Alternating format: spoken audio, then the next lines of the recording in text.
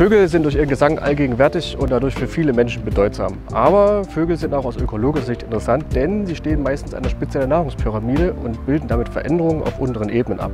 Allerdings sind diese Veränderungen, zum Beispiel Insektensterben, für uns Forscher nicht unmittelbar sichtbar.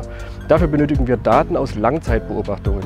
Vögel sind dafür ideale Studienobjekte, denn sie sind durch ihre Gesänge zählbar und reagieren oft empfindlich auf Veränderungen eines Ökosystems.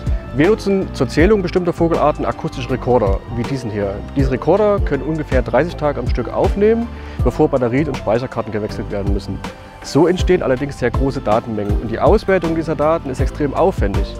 Wir haben uns deswegen die Frage gestellt, ob uns Technologien aus dem Bereich der KI und des maschinellen Lernens dabei helfen können. In den letzten Jahren gab es eine rasante Entwicklung im Bereich der Bildverarbeitung mit künstlichen neuronalen Netzen. Auch Audioaufnahmen kann man in Bilder umwandeln in sogenannte Spektrogramme. Wir wissen, dass sich die Artzugehörigkeit von Vögeln durch ihren Gesang ermitteln lässt. Daher war es für uns der nächste Schritt, den Gesang der Vögel in Muster umzuwandeln, die von einer KI erkannt werden können. Die bisherigen Ergebnisse können sich tatsächlich sehen lassen. Wir können jetzt in kürzester Zeit große Mengen an Audioaufnahmen analysieren, die von passiven Rekordern oder sogar aus Livestreams stammen. Und trotzdem ist die Auswertung immer noch sehr aufwendig. Man muss die Rekorder regelmäßig warten. Darum haben wir zusätzlich eine mobile App entwickelt, mit der man Vögel anhand ihrer Stimmen erkennen kann. Wer sich für Vogelstimmen interessiert, kann mit der App Aufnahmen machen, diese an unsere Server schicken und bekommt dann das Ergebnis auf das Smartphone. Durch diese Werkzeuge haben wir jetzt die Möglichkeit, mehr über Vögel und unsere Umwelt zu lernen.